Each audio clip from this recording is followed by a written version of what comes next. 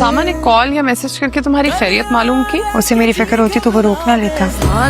अगर वो गाड़ी वापस जाएगी तो फिर मुझे भी वापस जाना है।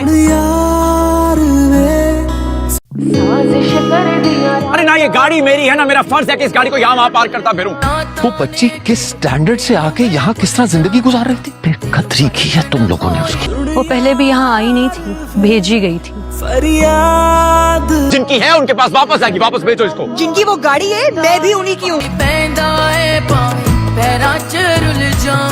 मिनाल के घर से इसके लिए गाड़ी आ चुकी है और समीर दूर कड़ा हसरत की निगाहों से देख रहा है कि अगर आज वह मिनाल से शादी कर लेता तो ये गाड़ी इसकी हो जाती। लेकिन दूसरी तरफ उसामा है जिसको इस गाड़ी की कोई भी परवाह नहीं है, बल्कि वह तो इस गाड़ी के लिए मिनाल से भी लड़ाई कर लेगा और मिनाल से बोलेगा कि वह ये गाड़ी अपने घर वालों को वापस करे। लेकिन मिनाल वह गाड़ी वापस देने से इनकार कर देगी और साथ ही उसामा का घर भी छोड़कर चली जाएगी। अब मिनाल के घर वाले इससे पूछ रहे हैं कि उसामा ने इसको घर से क्यों निकाला है, लेकिन यहाँ पर दानियाल और महम को सख्त तकलीफ होगी कि मिनाल इन लोगों के घर क्यों आई है।